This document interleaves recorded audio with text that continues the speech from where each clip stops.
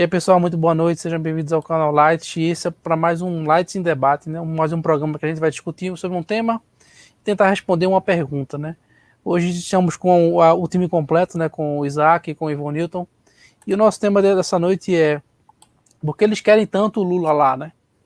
E a gente sempre vê os institutos de pesquisa, né? Com aqueles números mirabolantes, a pessoas que a gente não sabe de onde moram, onde vivem, né? Mas sempre nas pesquisas sempre tem números altos do Lula, né, em relação a outros candidatos, e é claro, o Bolsonaro que leva milhões de pessoas para as ruas, né, nas manifestações, e também temos a questão da classe artística também, né, e a gente vai explorar um pouco desses âmbitos, classe artística, empresariado, né, muitos empresários que veem o governo atual como uma ameaça e preferem o Lula também, e a classe jornalística, que é assim, algo que a gente já falou há muito tempo, já fala sempre, né, de forma recorrente, e sempre a gente tem visto, né, manifestações de informação se misturando com opinião. Né? Mas é para não monopolizar esse primeiro momento aqui, eu vou passar a primeira palavra para o Isaac, para ele dar seu boa noite, dar suas considerações iniciais, e logo após o Ivonilton para dar uma palavrinha também nesse momento inicial.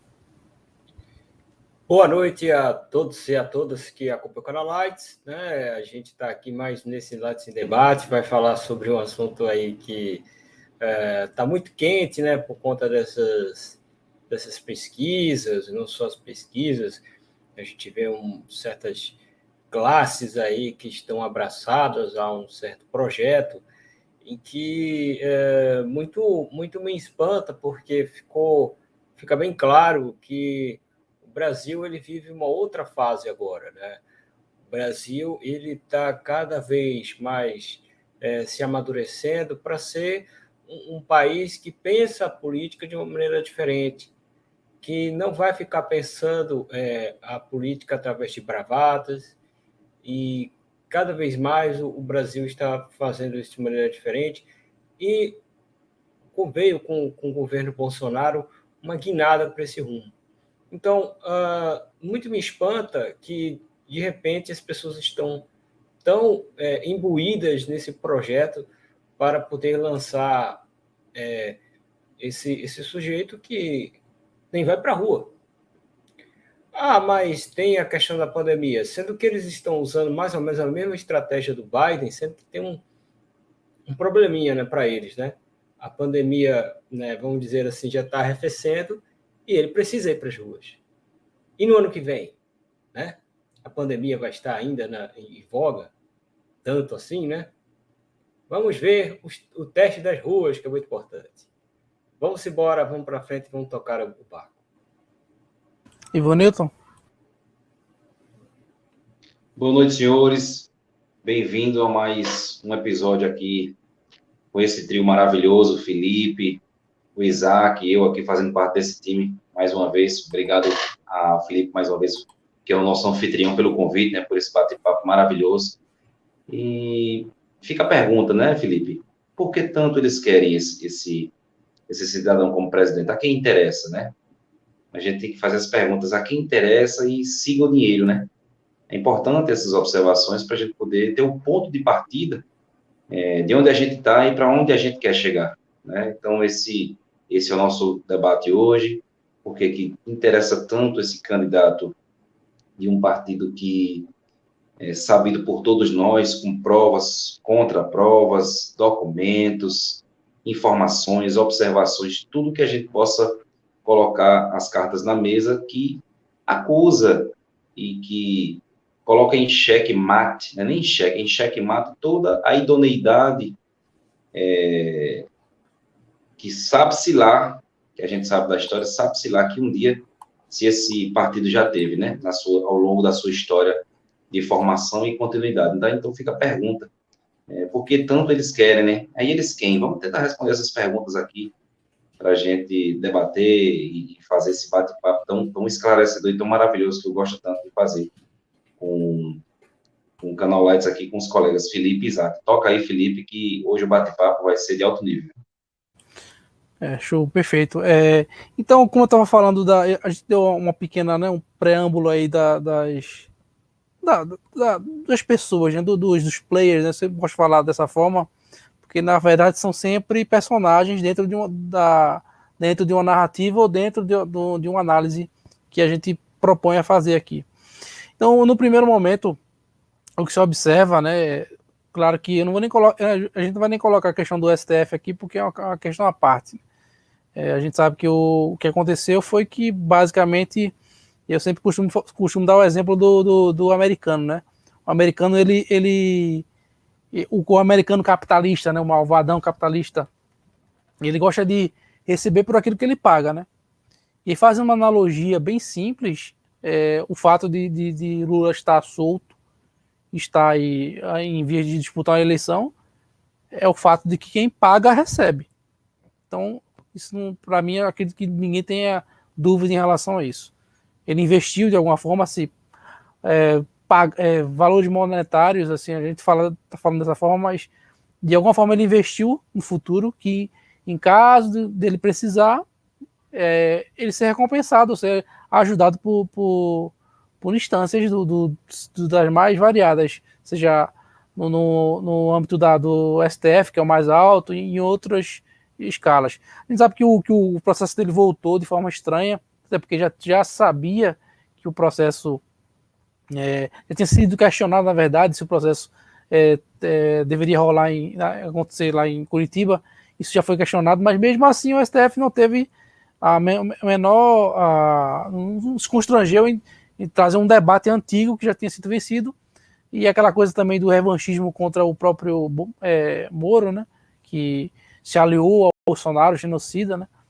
E aí aconteceu as coisas foram acontecendo como a gente já estava tentando, a gente imaginava que ia acontecer, mas não achava que ia ser tão rápido, né? Porque de um ponto a outro foi colocado os processos, né, do Lula foram caindo, alguns estão caindo aí, até de aliados também estão caindo. A gente até o caso do Emílio Surita Costa de falar, do Pânico, né, que vai chegar um momento que a gente vai ter que indenizar o Lula, né, porque se os processos não forem andando, não forem acontecendo, a gente vai acabar tendo que devolver o dinheiro para ele.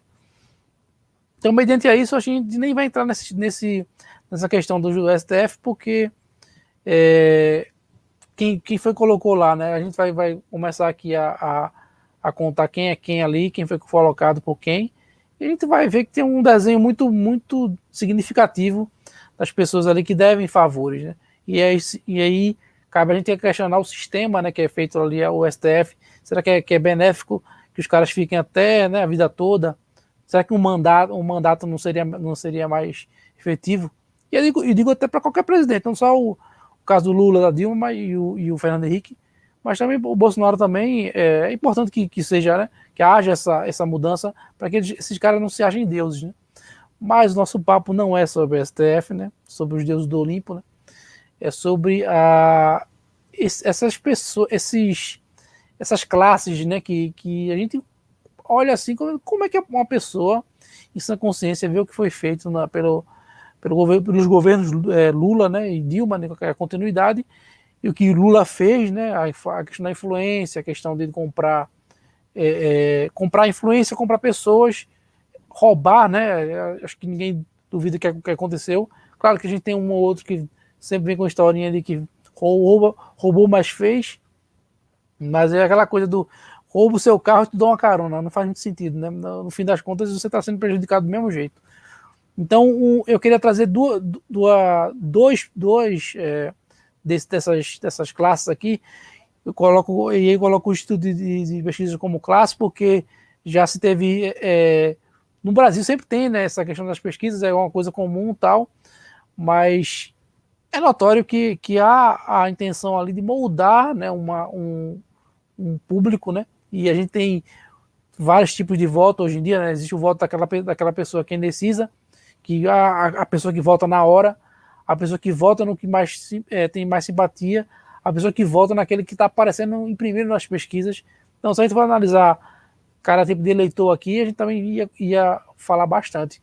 Mas o primeiro ponto que eu trago aqui são os institutos de pesquisa em conjunto com o jornalismo.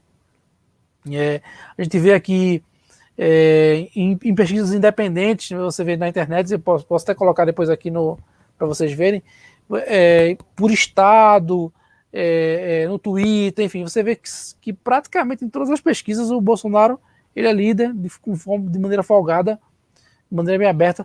O teste da realidade, né, como a gente fala, né, nas manifestações, em qualquer lugar que o próprio Bolsonaro vá, nem seja não precisa nem ser uma manifestação, mas quando ele vai, ele leva pessoas, muitas pessoas, sempre. Então, isso é um fenômeno, mas é um fenômeno populista, popular, não sei. Eu coloco como um fenômeno popular, porque eu não vejo ele como um populista. Apesar que existem aquelas questões do carisma, né? Características que ele pode dividir com um ou com outro personagem da história, que nem sempre pode ter sido um bom personagem da história. Né? Poderia falar aqui de, sei lá, Getúlio Vargas, mas eu estou colocando a questão do carisma, não estou colocando nem comparando governo, nem ideia de mundo, né? Até porque, pelo amor de Deus, né? Getúlio Vargas, pelo amor de Deus. Mas colocando aqui para os amigos, né, para abrir um pouco o assunto, a gente tem aqui aquele bate-bola ali dos institutos de pesquisas, né? Os institutos de pesquisa que sempre trazem essas pesquisas estranhas que 2.000 pessoas, 3.000 pessoas, que a gente não consegue entender de onde é que eles conseguem encontrar essas pessoas. A gente até é curioso porque a gente também tem vídeos, né, de pessoas que encontram esses técnicos aí fazendo as reportagens. É interessante como eles escolhem muito, né? Também assim, você não tem muito ideia de como é feita essa seleção de pessoas, né? Que pelo menos se eu fosse fazer, eu faria de forma aleatória, iria em vários lugares, e parece que sempre o público é um público meio homogêneo, né? Eu sempre acho curioso. Ao passo que, quando nós vemos os jornalistas, né, os programas de TV jornalísticos, quando recebem essas pesquisas, não se tem ali um questionamento, é sempre uma coisa tido como verdade. E a gente viu que, tanto nos Estados Unidos como aqui, né, na eleição de 2018, a eleição de 2020, né, você percebe que a diferença entre o que foi contratado na pesquisa e o que foi feito na eleição é muito grande, não é uma diferença de 2, 3 pontos, é uma diferença absurda. Então não tem muito. Chega a ser até assim, você começa a se assustar. Como é que os caras têm tanto trabalho, gastam dinheiro para fazer isso, né? Qual que é o interesse disso aí? E os jornalistas, nesse mesmo passo, os jornalistas hoje em dia, né? Pelo menos a classe aí até. Acho engraçado quando algumas pessoas questionam que determinado canal do YouTube, como por exemplo do Jovem Pan, só vai direitista no programa, só vai gente de direita, mas assim, não existe contraponto. Então, quando um programa, um canal de TV, um canal de YouTube, quando abre, né, para pessoas de direita vir, irem e falarem do que pensam, é um mínimo de contraponto possível. Então, trazendo para os amigos aqui, o que vocês acham dessa relação aí dos institutos de pesquisa, né, junto com essa interpretação do e a gente vê muito, né, uma pessoa que se destaca bastante quando ela fala com muito, né, ardor, com muito de boca cheia, né, a Amanda Klein, que é um exemplo básico do esquerdista, que é aquela pessoa que acha que ser de esquerda é uma coisa natural. Se você perguntar se ela é de esquerda, provavelmente ela não vai dizer que é de esquerda, né? Mas porque na cabeça dela já está cauterizado que é uma coisa natural. Então ela mesma é uma das que pegam as pesquisas e já falam com boca cheia que, olha, aqui Lula está na liderança, tá em detrimento do Bolsonaro, e aquela coisa, ela toma aquilo como verdade mesmo, absoluta, e a gente até se assusta, porque assim, a pessoa pegar uma pesquisa com um punhado de pessoas, né, uma quantidade de pessoas ínfima, e que também não apresenta muita clareza, né, onde essas pessoas são encontradas, e aí ela fala com toda certeza, tanta voracidade, né, tanta animação. E eu queria jogar para os amigos aqui o que vocês acham dessa dobradinha aí de instituto de pesquisa com a abordagem dos jornalistas em relação a essas pesquisas e a falta de questionamento em relação aos critérios que são colocados nessas pesquisas. Né? Primeiro eu vou passar a palavra para o Isaac e depois o nosso amigo Morito. Sobre esses institutos de pesquisa, é sempre muito importante lembrar que muitas vezes quem contrata esses institutos de pesquisa, né, são as próprias empresas de jornalismo, né, para poder exibir essas pesquisas. Muitas vezes elas contratam para fazer esse tipo de coisa. Inclusive, tem uma que tem, né, a Datafolha, né, já está ali. Já está ali, né? Então, uma dobradinha ali bem encaixada, né? Essas questões das pesquisas sempre foi uma coisa muito importante, né, durante a história, porque apimentou a eleição, de certa forma, direcionou alguns fenômenos. Mas o que acontece? Nos últimos tempos, a gente tem visto erros muito graves. E isso é muito preocupante porque as pessoas acabam questionando não só a questão de quem está fazendo a pesquisa, como a própria pesquisa. A pesquisa é uma ciência, né? É uma coisa importante, a gente não pode questionar. Mas sobre a questão de quem está fazendo a pesquisa e de como está fazendo a pesquisa, isso tem que ser questionado.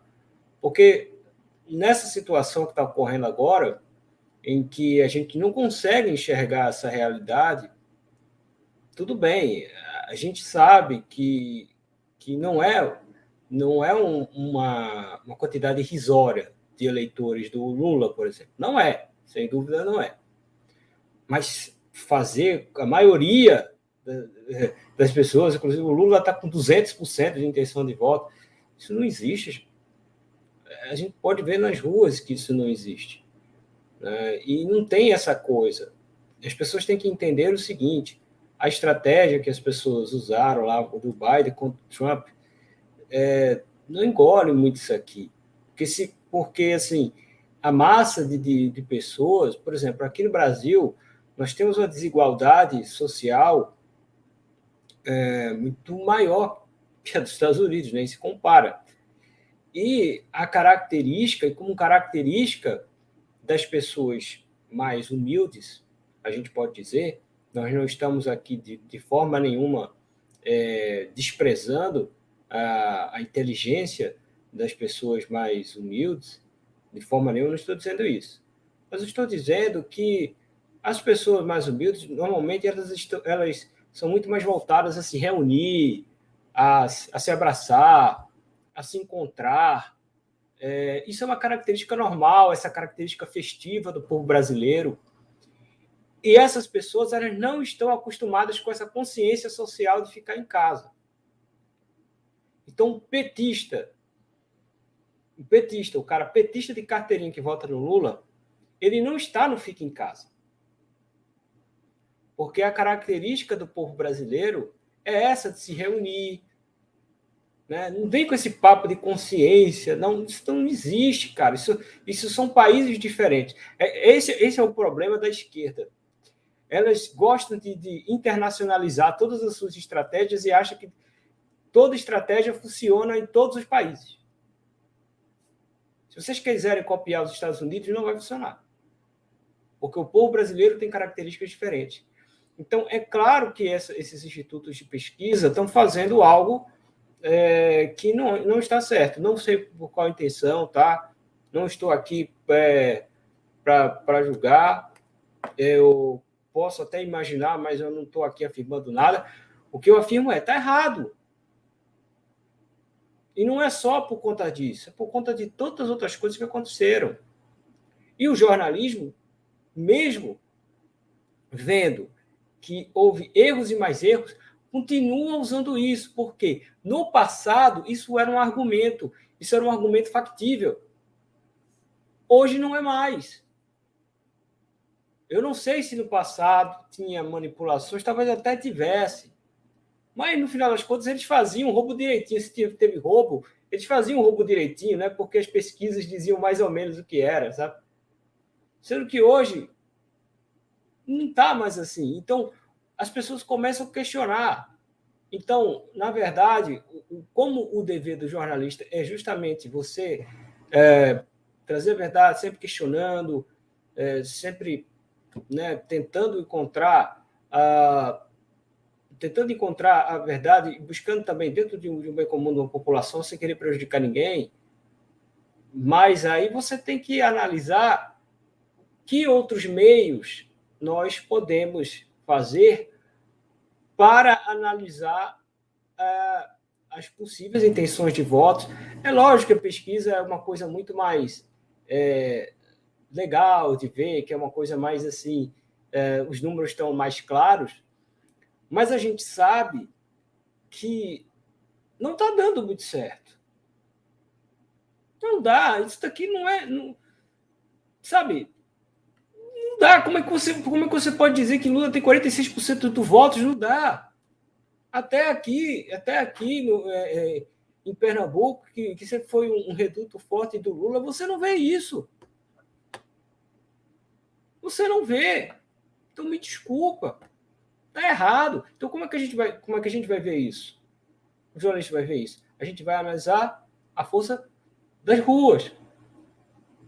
A gente vai analisar, de repente, o que cada tipo de eleitor gosta de discutir, e aí a gente vê o engajamento das redes sociais, né? A gente vai tentando detectar outros tipos de coisa para ver a tendência dos eleitores.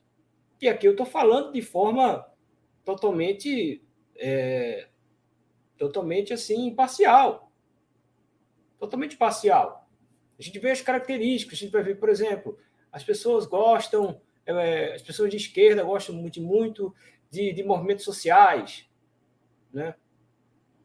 As pessoas adoram essa questão dos movimentos sociais.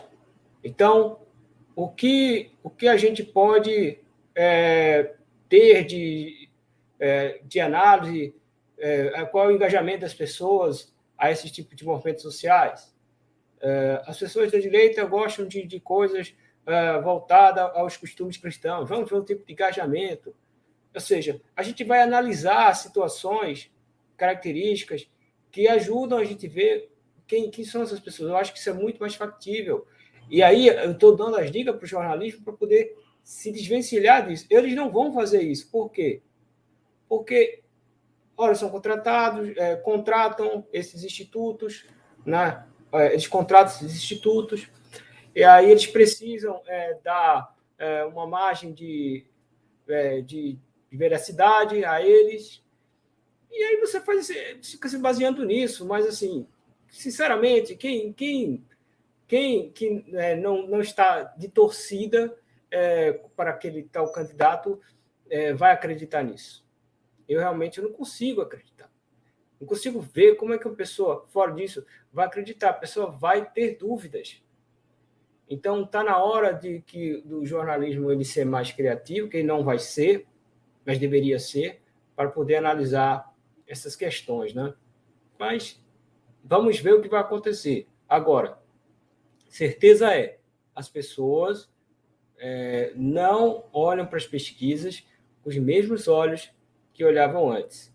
Principalmente porque as pessoas veem claramente o que está acontecendo. Então, vamos seguindo em frente com o nosso papo. Sim, só para reforçar o que o Isaac falou, é importante que, assim, a pesquisa é algo muito importante, né? É um instrumento muito importante, porque realmente você consegue ter uma ideia, né? Existe técnica ali, existe ciência, existe matemática. A gente eu não estou desfazendo da pesquisa, do valor e da importância da pesquisa, né? O problema é que hoje em dia, como o Isaac falou, e fazendo uma análise do que ele falou, não se consegue enxergar na realidade aquilo que a pesquisa mostra. Aí como eu tinha falado anteriormente, você vê ali, por exemplo, houveram manifestações aí, acho que não lembro agora, da esquerda, não sei se foi no final do mês, não lembro agora. E aí estava lá um pessoal analisando, dizendo que dos números, poucas pessoas, tinha locais que a metade das pessoas que tinha lá era policial, né? Então, assim, o jornalista lá, não lembro agora se é a Natuza Neri, não sei, ela olhou lá, né? Ela olhou as pessoas lá poucas pessoas. Ela disse que, mas essas pessoas aí, existem muito mais pessoas que não concordam com o presidente. Não, eu até concordo com essa premissa. Ela pode provavelmente ela está correta. Só que a questão, como até alguns colocam, né, mas aí 59 milhões de pessoas votaram no Bolsonaro, mas o restante não votou. Então eles então automaticamente são contra. Não tem lógica, não faz muito sentido isso, né? O fato da pessoa sair de casa para protestar ou para falar que está revoltado com o governo, que, sei lá, quer impeachment, sei lá, como o pessoal da esquerda geralmente faz, para você ser motivado a sair de casa para fazer isso, é algo muito, assim, muito importante, porque você não sai de casa para tudo, né? E é importante a gente entender que quando você sai de casa, vai para falar que você é contra ou você é a favor, representa muito mais do que uma pesquisa, né? Mas aí, para não manter não segurar a palavra, eu vou passar para o Ivan Newton. Senhores, esse debate entre essa questão de pesquisas eleitorais, ele não é um assunto novo, né? A gente traz à tona porque chega um ponto que a gente precisa debater, precisa discutir isso, né? Eu vou contar duas experiências que eu tive. Uma, acho que, se não me engano, foi em 2018, que eu tive, assim, a sorte de ver um cara que estava fazendo essas perguntas justamente por ocasião do período eleitoral em 2018. Eu vinha para o meu trabalho e cheguei ali, passando por uma rua, vi uma pessoa sendo entrevistada por um cidadão. Eu não estou lembrado se era o Datafolha ou se era outro instituto de pesquisa. E eu, por curiosidade, perguntei que instituto era aquele e quem é que estava bancando aquilo ali. E não para a minha surpresa, nem a dos senhores, o Instituto de Pesquisa era ligado a alguma empresa que já tinha sido ligada à questão do Petrolão a Lula. Ponto. Aí a gente já mata a jogada todinha, podia terminar o assunto aqui. Podia matar o assunto aqui todinho. E não vou nem me estender sobre o que eu escutei, né? Para mim, encerrou o assunto, eu não entrei em discussão. Disse, então tá certo, essa empresa aqui que faz a pesquisa, que é bancada por aquela outra, que tinha ligação com o Petrolão na época áurea em relação à Lava Jato. Pronto, para mim encerrou o assunto, não tenho mais o que discutir. Esse foi minha primeira experiência, achei muito interessante, porque aquilo ficou muito gravado na minha cabeça. E foi no início do ano de 2019, a gente foi para um evento em Campinas, São Paulo, um evento de cunho com tema agro, e no segundo dia do evento ia ter uma mesa redonda, no qual o mediador era nada mais, nada menos do que William Vac, né? Naquele momento, ele não era mais da Globo, era um cara que montou o canal dele e para conversar abobrinha, as histórias da carochinha, mas verdade que era bom, até ali, absolutamente nada. E é interessante como esses jornalistas, ele tem uma seriedade, né? Aqueles cabelos brancos, grisalhos, impõem um respeito àquele paletó, né? Impõe um respeito, impõe uma certa, né, imposição de gente séria, e quando você vai ver a conversa completamente desviada da verdade, né? A gente que pega as informações de quem está falando e vai averiguar com os números reais, não batem absolutamente nenhum. E nessa mesa redonda, o público estava bem lotado lá, o centro de convenções na cidade de Campinas, e em um momento, aliás, foram dois momentos, mas um momento, ele teve, assim, a coragem de perguntar quem acreditava em pesquisas eleitorais, em institutos de pesquisas eleitorais. Naquele momento ali, se vocês lembram bem, desde o dia 1º de janeiro de 2019, assim que o capitão assumiu a presidência da República, não teve um momento de descanso em relação a pesquisas eleitorais. E, mais uma vez, não para nossa surpresa, as pesquisas que Bolsonaro ganhava, vamos botar aqui, de 10 pesquisas de 2019 para cá, 2 ele ganhou. Qual a surpresa aqui? Nenhuma. Tendo em vista que o Datafolha é ligado ao Grupo Folha de São Paulo, né? E aí a gente vê como esses institutos jornalísticos trabalham, né? Que a quem eles são conectados, onde follow the money, siga o dinheiro para a gente poder entender como é que funciona essa questão das pesquisas eleitorais. Então, o William Vac fez a pergunta para todo o público. Alguém aqui no microfone, em voz alta, alguém aqui acredita em institutos de pesquisa? Aquele momento ali, já dizia que Lula era o preferível. Veja bem, o homem tinha acabado de começar, acho que estava no 3º ou 4º mês do governo, em 2019, e aí eu obviamente, que eu não sou nenhum palhaço, eu gritei, eu estava bem perto da mesa, deu um grito gigantesco, e todo mundo olhou para mim, e obviamente o pessoal, muita gente gritou também, né? Quando ele disse, alguém aqui acredita em instituto de pesquisa, eu dei um grito de não gigantesco, porque é nítida assim, eu acho que ele quer zombar, ele quer, de repente, ali, fazer tirar um sarro, vamos dizer assim, num linguajar dito popular, um linguajar mais chulo, ele quer zoar com a nossa cara, tirar uma brincadeira, tirar um sarro de muito mau gosto com a nossa cara, porque acreditar em institutos de pesquisa a quem realmente interessa. A quem realmente interessa é como o próprio anfitrião desse programa aqui, o nosso querido Felipe, ele diz, porque eles querem, principalmente o setor empresarial, o setor empresarial ligado às falcatruas, nos quais grandes corporações eram ligadas principalmente a pautas dentro do legislativo para que as suas empresas fossem beneficiadas, né? Então, esses empresários, e não convém a gente citar nome, fica aqui a dica para a gente fazer até pesquisas e não ficar nessa discussão aqui boba. E o segundo momento desse só para deixar registrado aqui, a título de informação, não foi ninguém que me disse, eu estava lá e eu vi, foi quando ele veio dizer que Bolsonaro estava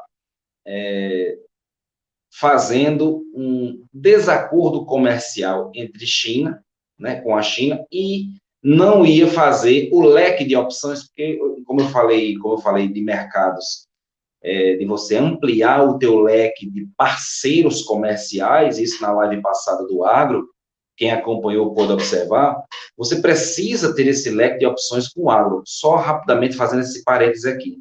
E aí ele veio dizer naquele momento, aquele cidadão jornalista, veio dizer naquele momento que o presidente não estava acabando com as relações comerciais internacionais. Para o meu alívio, não no sentido de ficar... Mas eu já sabia o que estava acontecendo. E naquele momento ali, estava tendo uma reunião a portas fechadas entre o presidente da República Brasileira, a ministra Tereza Cristina da Agricultura, sentados à mesa com o Oriente Médio, com vários países do Oriente Médio, para reforçar e abrir mais parcerias em relação aos nossos commodities e também aos nossos produtos de maneira gourmet, para fazer laços internacionais no sentido de troca e venda de bens e produtos. E o cara abre a boca para dizer que, naquele momento ali, já levantando uma gigantesca mentira, né, em detrimento de uma pergunta anterior que ele tinha feito em relação a quem acredita ou não em institutos de pesquisa, e ele levou um sonoro e lindo não, porque eu percebi que a maioria do agro ali era um pessoal que queria realmente fazer o bem à locomotiva do Brasil, que é o agro. Então, aí ele mudou o assunto, tocou o bar, né? Então, eu queria deixar muito claro isso, porque, assim, acreditar para encerrar aqui esse bate-papo meu aqui, essas minhas colocações, para acreditar, senhores, em institutos de pesquisa é você não querer pensar por si só, ou procurar informações de cunho primário do próprio presidente. E o que é informação primária? É aquela informação que você consegue dar origem de maneira original, não de maneira secundária. Por exemplo, eu estou contando um testemunho meu aqui que eu vi de maneira ocular, eu sou testemunho, então ali é uma informação primária. Não foi que ninguém que me disse que seria já uma informação secundária. Então, o que eu quero dizer com isso aqui com os senhores é o seguinte: quem mais dá informação de cunho primário é o próprio presidente, na medida em que ele vem todas as quintas, todas as motocicletas, todas as passeatas, todas as carreatas, o que você quiser, barqueada, jet skiata, se quiser, você tem informação de cunho primário, porque está vindo do próprio presidente. E o que eu quero dizer com tudo isso é, quando você olha os institutos de pesquisa e faz o contraponto aos movimentos de rua que esse homem faz, sinceramente, a gente acaba aqui o bate-papo da gente agora, porque contra fatos não há argumentos. É simples isso. Contra o que seus olhos veem, não há como negar. Não há o que dizer, o que fazer. E aí vem os institutos de pesquisa e diz totalmente o contrário, o movimento de rua, e principalmente o movimento de rua dentro da cortina de ferro na qual eu batizei, que se chama Nordeste. Como é que você tem o cara que foi o grande bambambam dentro da cortina de ferro nordestina, que foi o maior compra de votos, o maior curral eleitoral de todos os tempos nesse país, que é o povo nordestino, o cara não tem a chance de ir para a rua para poder testar a sua popularidade. Que absurdo é esse?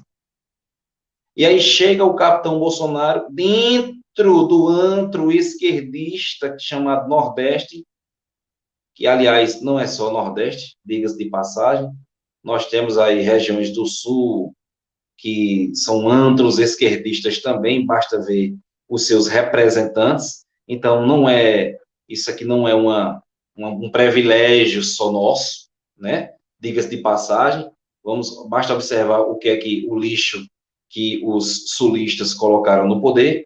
E eu encerro aqui dizendo o seguinte: olhem as informações primárias que o presidente mesmo coloca e façam um contraponto às pesquisas eleitorais. Em 2018, essas mesmas pesquisas diziam que o presidente não ganhava nem para o pior candidato naquela ocasião. Então, vamos fazer uma reflexão em cima disso.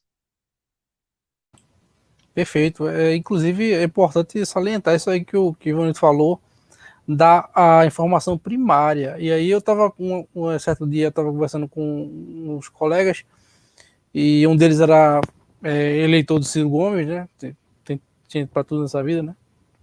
E aí que é o candidato mais preparado, né? Que é o que está caprichando aí na imagem, né? Porque o conteúdo dele é o mesmo, né? Mesma conversa mole, mesma enrolação, é número por cima de número, né? E enfeite, e conversa, e frase pronta. Mas a pessoa questionava, mas não tá, mas o que tá fazendo esse governo? Tá? O que não tá fazendo nada? Eu digo, veja só, se você quer saber o que está acontecendo, primeiramente tem um Telegram. Mas e aí eu digo assim, até para quem não é eleitor dele, as pessoas têm que parar para pensar de forma prática. Mas eu não votei, falando, tudo bem, você não votou. Por exemplo, aqui em Recife, né? Eu não votei no atual prefeito. Mas se ele, de forma prática, mostrar, por mais que eu discorde e acho que não vai dar certo, né? Que eu não quero que não. É diferente, não é que eu queira que dê errado. Mas eu, por conta de alianças, de partido, né, e do projeto que foi feito para ele, né, questão de família, né, o atual prefeito aqui da capital, eu acredito que não vai dar certo. Mas a partir do momento que se ele fizer algo que der certo, eu tenho que... é a questão da realidade, como o Ivan falou também. Pô, se ele deu certo, parabéns para ele. Tem um projeto que eu acho que ele vai fazer aqui, eu tenho certeza que o recurso é os recursos que vieram para a Covid, ele vai usar para fazer outra coisa. Mas se der certo, tudo bem, ok. Mas eu não vou deixar de lembrar que o dinheiro, né, que ele está usando é a verba federal que veio para combater o Covid. A mesma coisa acontecer do poste, que parece um poste, né, o governador aqui de Pernambuco fizer algo, for uma ideia boa, tudo bem, é uma ideia boa, não tem como você discutir uma ideia boa. A gente sabe que o recurso que ele está utilizando não é um recurso que ele trabalhou para arrecadar, que ele investiu, tudo. Não, é um recurso federal. Então, assim, mesmo achando errado, né, e vendo que muito do que veio para os estados não foi utilizado para combater o Covid, aí eu não vou nem entrar nessa questão do dimensionamento que foi dado, né? O problema é real, não é? O problema é real. Foi dado um dimensionamento maior do que ele tinha? Não sei, talvez sim. Né? Mas aí a gente tem que analisar sempre a realidade, como o Ivan falou, a fonte primária. Ou seja, no caso como eu falei do presidente, qual é a fonte primária dele?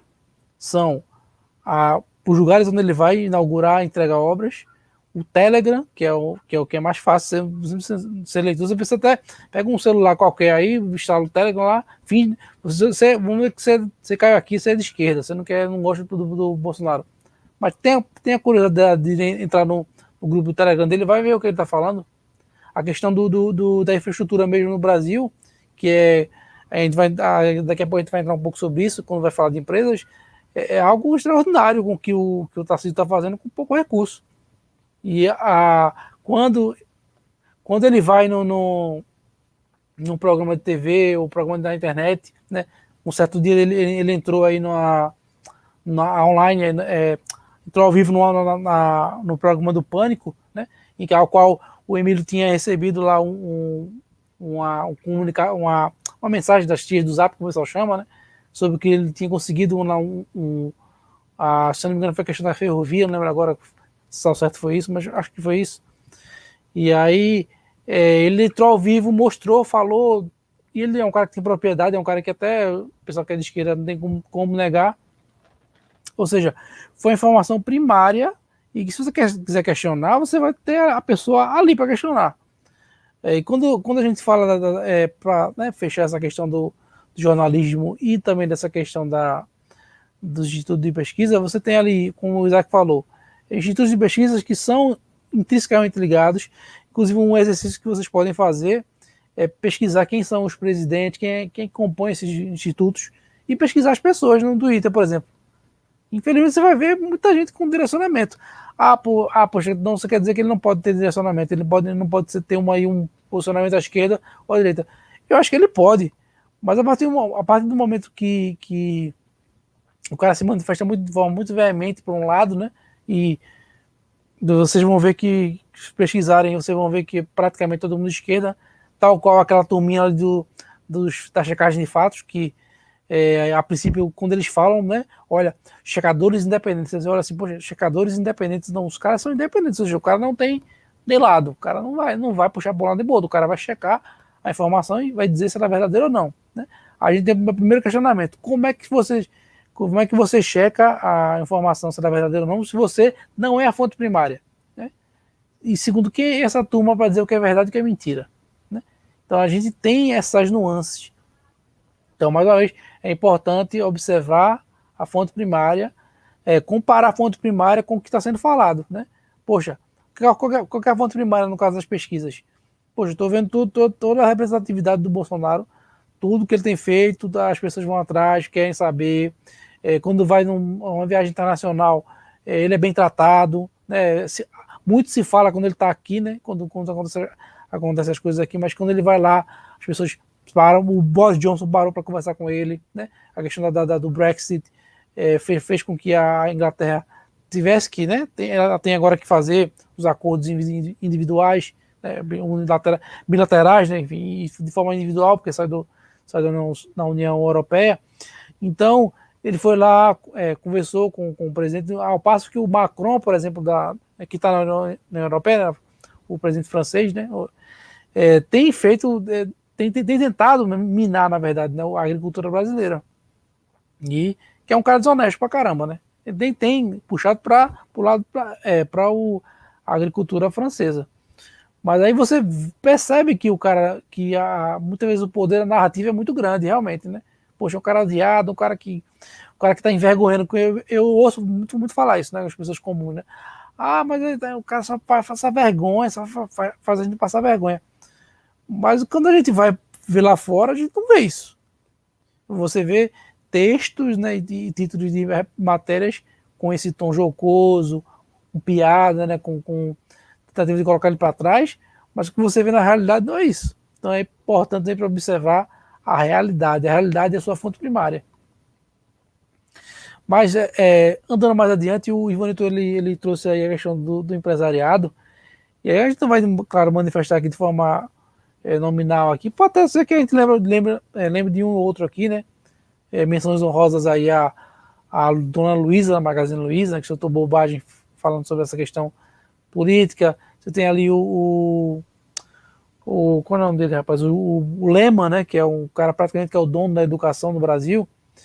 Então, entrando nessa seara do empresariado, muitas empresas como o pessoal fala, se locupletaram, né? Ou seja, se aproveitaram muito dessa questão de obter vantagens, oferecer vantagens e, obviamente, obter contratos, né? Isso aconteceu muito, a gente viu que até quando... É interessante quando as pessoas falam, né? E tem alguns que falam isso, né? Que a Lava Jato prejudicou o Brasil, né? Poxa, a Lava Jato causou um dano irreversível. Mas qual é o problema dessas frases? É que quando a gente vai observar o teor, né, a questão, o âmago da situação, é que as maiores empresas de infraestrutura, né, as maiores construtoras, né, realmente as maiores empresas brasileiras estavam envolvidas eu digo mais maiores, mas assim, não quero generalizar, né, mas as maiores empresas brasileiras, e aí a gente não está cansado de... A gente até aprendeu a falar Odebrecht, né? Tem gente que não sabe, não conseguia falar, porque de tanto ouvir, né? O Odebrecht, e aí tem lá o pai do cara lá, aí tem o filho, né? Que não lembro agora o nome dele, do Marcelo, né? E o outro Emílio lá. É o pai e o Marcelo Sim, é o filho. Perfeito, o Emílio, né? O Marcelo. Você tem lá também quando a gente fala da Andrade Gutierrez, se eu não me engano, aquela Petra Costa, que fez lá um documentário que até aventaram para a Oscar. Então você vê que essa turma aí era os chamados os campeões nacionais, se não me engano, né, que eles davam esse título aí. Então, era a turma que pegava empréstimo do BNDES a juros baixos. Aí a gente pode até fazer uma dentro também, colocando a classe artística aí, que é um caso muito, muito famoso do Luciano Huck, né, que comprou jatinho com juros bem baixos mesmo, assim, absurdamente baixos. Você teve ali falando de empresários bem-sucedidos, a questão do Hang, quando ele foi na CPI, né, questionaram ele, você pegou tal, e aí ele explicou que, né, no caso dele, né, teria que ter o envolvimento do BNDES para compra de maquinário, né, que existia um tipo de garantia, né. E aí eu não vou entrar muito nisso porque é uma questão mais técnica, mas você vê que tem diferença, né? Quando o cara é amigo do rei, né? Com a expressão que é muito famosa, né? Consegue as coisas mais fáceis, né? Então, e claro, não existe amizade, né? Essa amizade fina aí, né? Sem contrapartida, né? E aí jogando para os amigos aí, para a gente nos encaminhar aqui para nossos momentos aí finais, o que vocês observam aí no empresariado atual, em relação a essa ascensão aí do Lula, né? Depois de ser não considerado inocente, que ele não foi considerado inocente, é uma coisa que muita gente confunde, né? Mas de ter esse gás aí que ele ganhou para concorrer. Como é que vocês veem aí, como o empresariado tem visto, né? Ou aqueles que até tiveram um contato muito intrínseco ali nos governos Lula, né, e Dilma, e que provavelmente sei lá, no terceiro mandato do Lula podem ser aí beneficiados ou não, eu não sei, né? E podem ali estar mais junto mais junto do. E até quando eu falo empresariado, estou colocando essa questão de empresas de infraestrutura, mas é importante também lembrar que empresas do jornalismo também se beneficiaram muito com o governo Lula. Inclusive, você vê muitos jornalistas já achando interessante a questão do. Quando o Lula fala de controlar na mídia, né? Eles usam um termo bonitinho, não lembro agora, mas é praticamente regular a mídia, né? Regular a mídia. Então você tem aí essa classe empresarial que é bem esquisita, né? É claro que se a gente parar para pensar, né? Quem não quer ganhar dinheiro, né? Só que existe uma classe aí, a gente vai poder entrar na questão dos globalistas aí, que é a turma que você tem ali o empresário, né? Tem um empresário rico, né? O empresário milionário, o bilionário, e tem aquele cara que passou isso aí. Que para ele o dinheiro não importa, não é o dinheiro que importa. É o quanto ele consegue controlar o mercado. Para ele o dinheiro não importa mais. Você vê um exemplo aí no factível aí no mundo, é o Bill Gates. O Bill Gates ele não precisa mais de dinheiro. Ele não precisa mais de dinheiro. O que ele faz agora? Ele investe em vacina, investe no espaço, sai investindo em tudo que é canto, tudo que é coisa. A atual. É uma questão até dinástica, né, Felipe? Ele manter a hegemonia dele junto com a dinastia, né? Sim. É praticamente uma dinastia. É como você perpetuar o seu nome, né? E eu tenho meu nome aqui na área de informática, mas aí eu também vou ter aqui nas vacinas, na água potável, no caso, estou citando um caso específico do Bill Gates. Mas você vê o que eles querem. E aí eu também não vou entrar numa coisa mais séria, que é quando a gente começa a parar para pensar que essa turma, os globalistas, né, eles pensam, né, eles querem controlar tudo, isso aí é óbvio, qualquer pessoa percebe. Mas além de controlar tudo, eles querem transcender. Como é que você transcende o controle, né? O controle de tudo. Como é que você não vai viver para sempre, né? Aí existe a questão das famílias dinásticas, né, como aí você vem até aquela, não vou entrar também nessa questão de famílias, as maiores famílias ou as mais ricas do mundo, mas você vê que eles tentam se perpetuar de uma forma até bizarra, né? Que é o cara querer fazer, tá o nome dele em todos os lugares e até mesmo tentar prolongar a sua vida de forma até estranha, né? Tem teorias da conspiração em relação a isso, mas eu não vou entrar para a gente não voar tanto. Mas passando para o Isaac, como é que você vê aí a movimentação do empresariado? Eu particularmente, atualmente eu não vejo tantos empresários empolgados com a questão do Lula, mas a gente sabe que tem. Tem uma turma aí que quer que o cara volte aí, né? Lula lá, né? E aí, como é que acontece? O que acontece? Os amigos do rei voltam ali a frequentar o reino, né? Como é que você vê essa questão aí, Isaac? Os empresários da vida ganha, né? Esse pessoal aí, essa pequena parcela aí, são empresários que estão tudo com a vida ganha. Tudo rico, tudo bilionário, né? E são de certos setores que outrora foram beneficiados com o governo Lula. Mas eu não vejo uma grande movimentação do empresariado. Alguns sim. Mas normalmente são empresários que já se beneficiaram anteriormente. Quando a gente vai ver aí no campo, até que o Ivo Newton é especialista no agronegócio, não tem muita gente, não. Não tem muita gente, não. Porque o pessoal está vendo quanto o agro está crescendo no governo Bolsonaro. Logicamente que do empresariado a gente vê outros e tantos outros setores.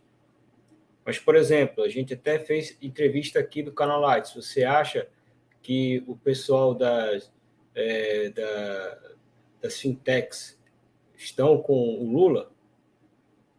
O pessoal das tecnologias espaciais estão com o Lula? E todas essas empresas de tecnologia de diversos ramos e não só das empresas de tecnologia, você vê empresas algumas empreiteiras que estão aí trabalhando com o ministro Tarcísio Gomes de Freitas não vão querer. Então, assim, nós temos vários setores da economia brasileira, né, que não vão querer isso. É logicamente que a gente sabe que as indústrias às vezes têm algumas escolhas estranhas, né? Mas eu não acho que também seja por esse caminho.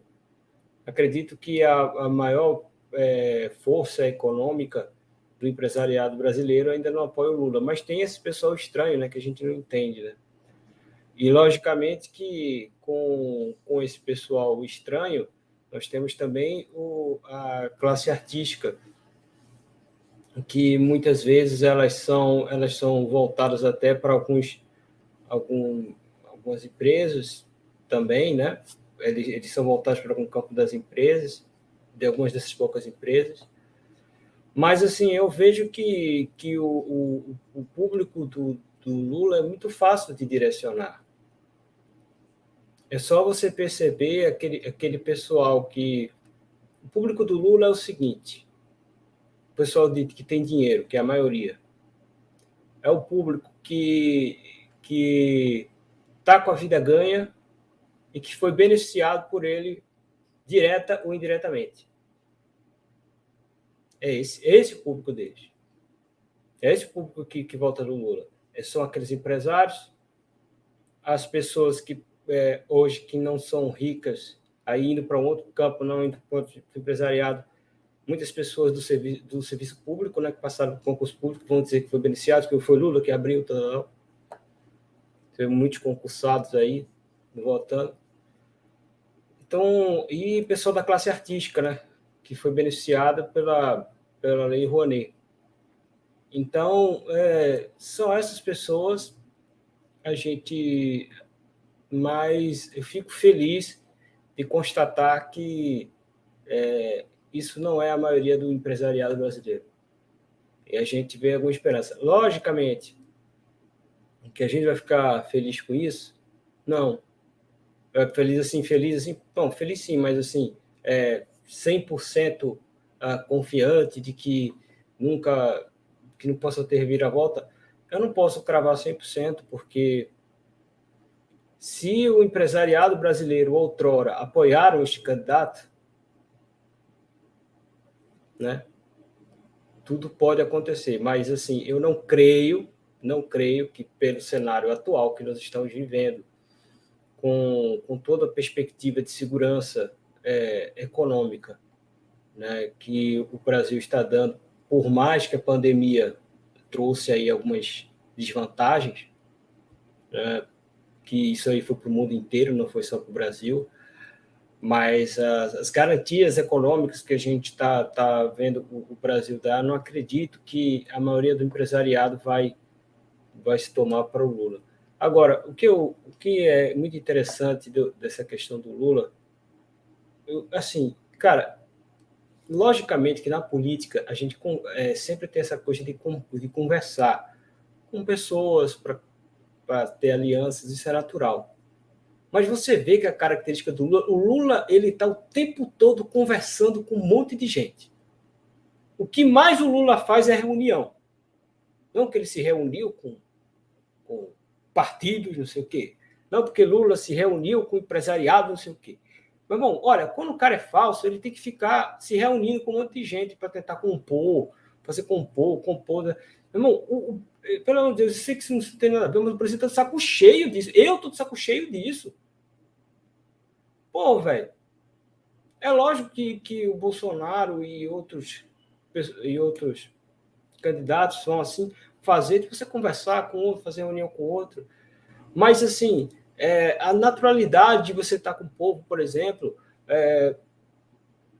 de você estar sempre numa live conversando com o povo, de você estar na rua conversando com o povo, essas coisas que fazem as pessoas se aproximarem.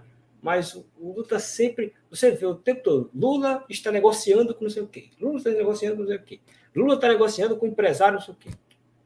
Ah, meu irmão, isso daí é, pelo amor de Deus, você viu, é a face do enrolão. E esse negócio de que, se alguém dizer que o empresariado está com Lula, é a mesma coisa disso. É enrolada.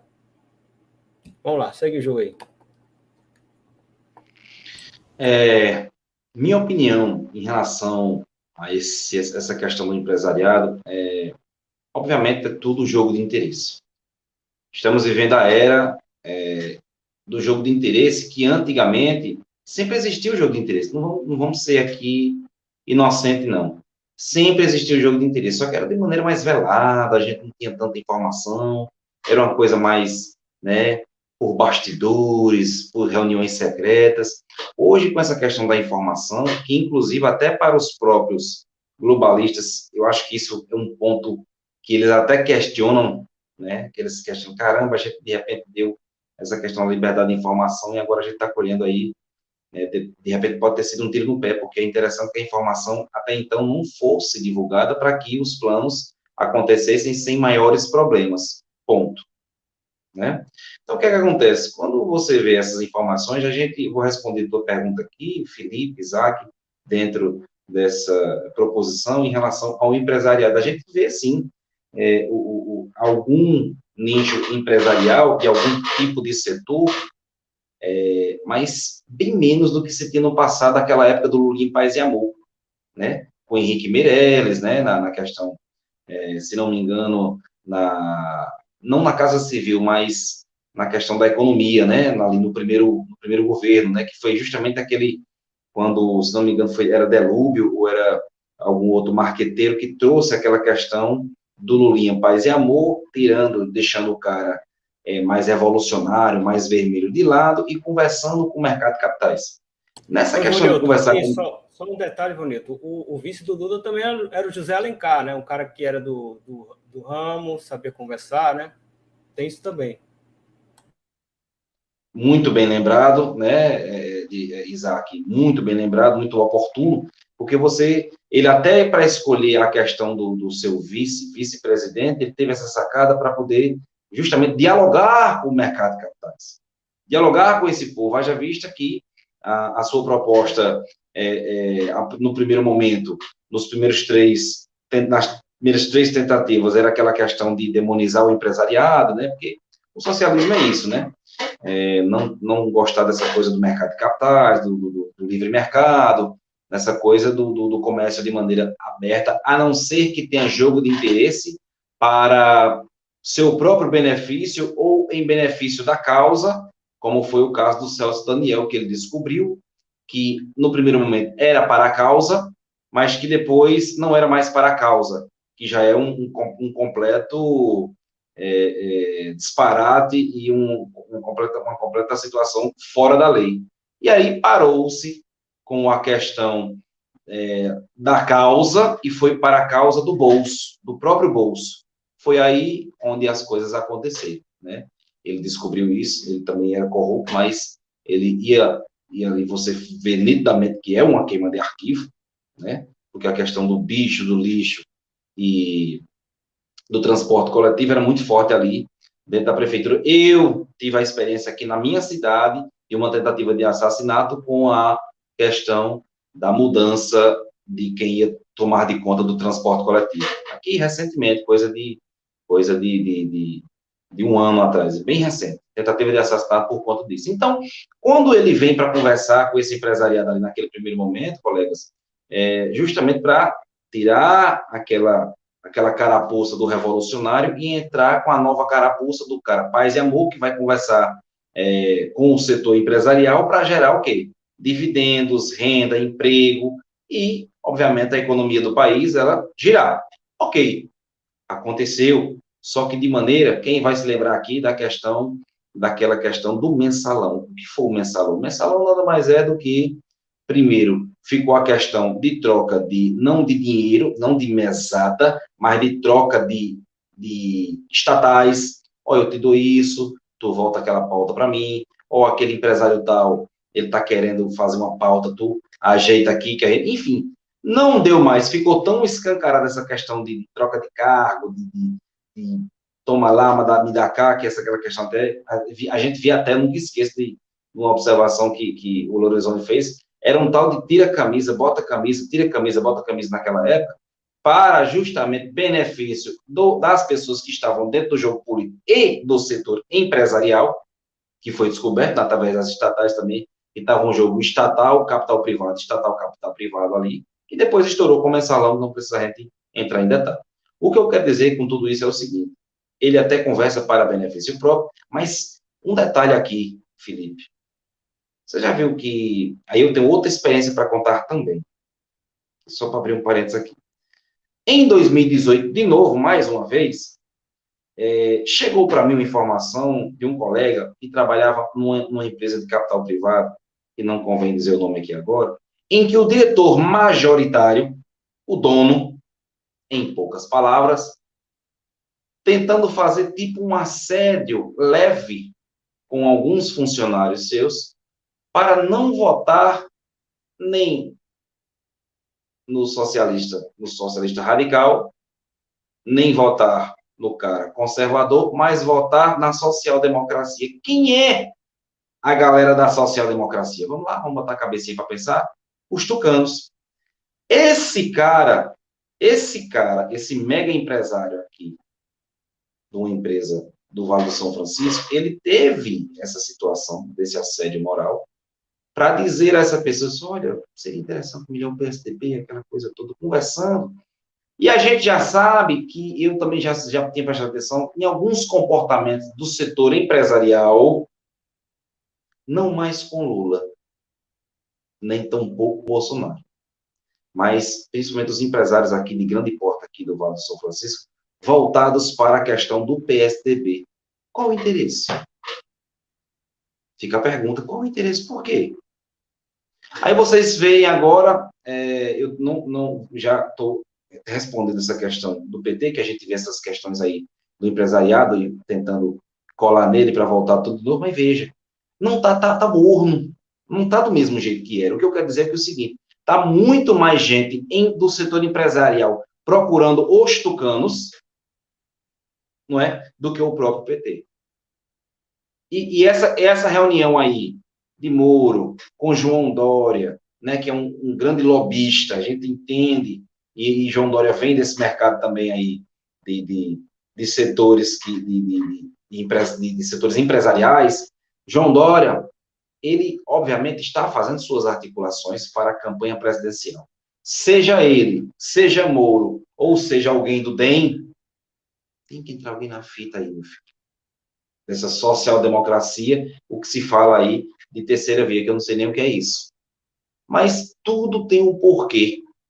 É só observar com quem eles estão conversando, a quem eles estão se aliando e quais são as pautas, para a gente entender como é que vai funcionar essa questão da social-democracia, que, no meu ver, se brincar, é tão ou mais perigosa do que a esquerda radical. Posso estar redondamente enganado, mas eu vejo muita gente do PSDB conversando com setores aí, que fica a dica para a gente até procurar entender o que está acontecendo com essas reuniões de bastidores, com encontros aí, para entender, lembrando que nós estamos, se as eleições forem dia 7 ou dia 14 de outubro, ali na primeira quinzena de outubro do ano que vem, nós estamos a um ano do pleito eleitoral para a presidência de 2022. Então, está todo mundo se articulando, senhores. Todo mundo se articulando desde 2018, obviamente, com a derrota, que todo mundo se reorganizou para entender o que foi a derrota, para dizer assim, não, nós vamos roubar agora, mas vamos roubar como? Porque se vocês não entenderam, eu já entendi, a Lava Jato é tucana. Não posso provar, né? Ficou até aquela questão, ô Moro, tu foi parcial ou tu foi imparcial? Mas independente dele ter sido parcial ou imparcial, a esquerda, junto com o PT, tem culpa ou não tem? Veja, vamos separar os homens dos meninos. Onde é que eu quero dizer isso? É o seguinte, que lá atrás, naquela reunião de 1994, quando sentaram as cabeças principais desses partidos, disseram assim, olha, uma hora tu governa, outra hora eu governo. Uma hora tu governa, outra hora eu governo. Foi o que aconteceu? Quando a outra hora os caras entraram, o outro rapazinho entrou lá e disse assim, rapaz, eu tô gostando dessa brincadeira aqui, eu não quero mais sair do poder, não.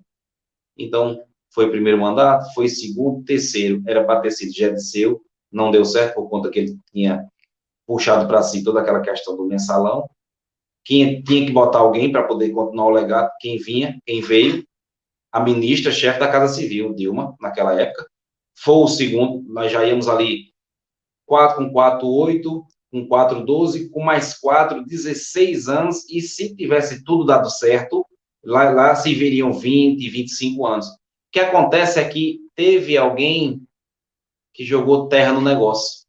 Vamos parar para pensar um pouquinho? Os caras disseram assim, rapaz, esses caras não vão largar o osso, não, é?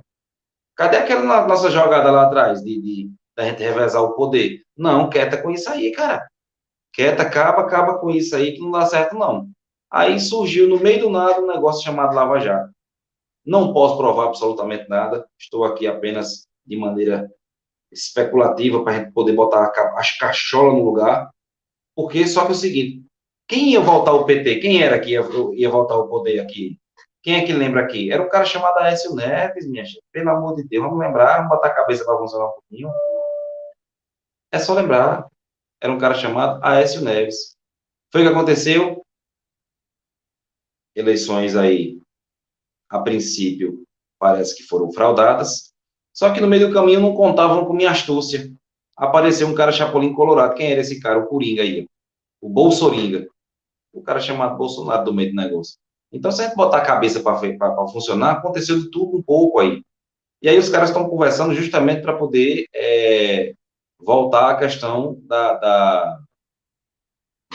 do empresariado, mas não com o PT, e sim com o PSDB.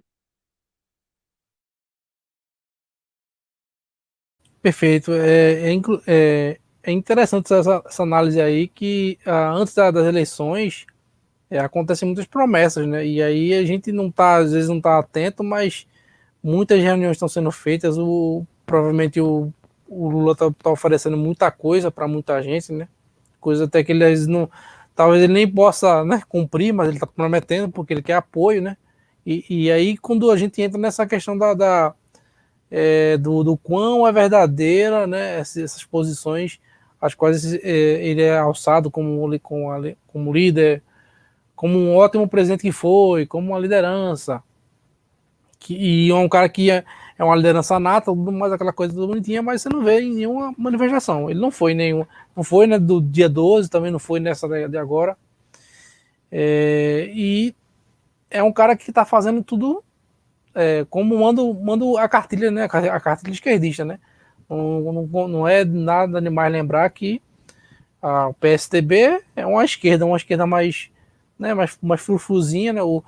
Um cara que é mestre, né? Que a gente não, pelo menos eu não sabia, né? Depois quando você para pra pensar, você observa, é um mestre em fazer lobby e negociar, e assim, Deus o livre até vender, né? Vender até o próprio Estado, né? Para chineses, é o Dória. Dória é o cara, é o negociador, é o cara que se der, o que se der para ele vende. E não é muito. E aí, né, a época que aconteceu essa questão aí do problema do Covid e essa questão das vacinas, já havia um contrato, né? Por exemplo, um exemplo aqui, assinado com a empresa Sinovac para essa parceria com vacinas, assim, aí você começa a ficar assustado porque tudo que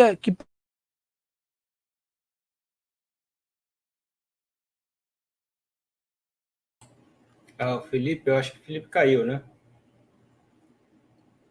Mas... Felipe tentando aí falar sobre justamente essa questão, né, Isaac, da questão de você entender quem é o cara chamado João Dória e como é que ele faz ali, né, a percepção dele em relação justamente a essa questão do lobby. É um cara que tem muito conhecimento, tem muitos relacionamentos nos quais a gente precisa entender que tipos de relacionamentos são esses, né? Era um cara que até então, se a gente for lembrar, Isaac, é um cara que até então, vamos dizer assim, não era um player, não é? Era um cara que tinha aquela questão do setor empresarial, um cara muito bem relacionado, aquela coisa toda, mas não era até então um player, não é? esse cara é tanto que ele não foi candidato em 2018.